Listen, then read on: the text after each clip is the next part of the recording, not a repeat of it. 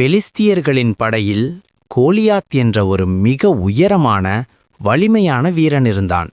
அவன் காத் என்ற ஊரிலிருந்து வந்தவன். அவன் தினமும் காலை மற்றும் மாலை வந்து இஸ்ரவேல் படையை சவால் செய்தான். உங்களிலிருந்து ஒருவன் வந்து என்னுடன் போராடட்டும் என்று அவன் கூச்சலிட்டான். அவனை பார்த்த இஸ்ரவேல் வீரர்கள் எல்லோரும் மிகவும் பயந்தார்கள். அந்த சமயம் தாவீது என்ற இளம் மேய்ப்பன் தன் அண்ணன்களுக்கு உணவு கொண்டு போர்க்களத்துக்கு வந்தான். அங்கு கோலியாத்தின் சவாலை கேட்ட தாவீது, கர்த்தர் என்னைக் காப்பார் என்று துணிவுடன் சொன்னான். அவன் கோலியாத்தை எதிர்கொள்ள தயாரானான். அரசன் சவுல் தாவீதுக்கு தனது கவசத்தை அணியச் சொன்னார். ஆனால் தாவீது அதில் பழகியவன் அல்ல.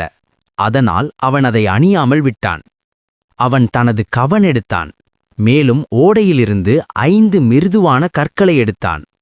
பிறகு தாவீது கோலியாத்தை நோக்கி ஒரு கல்லை கவனால் எறிந்தான்.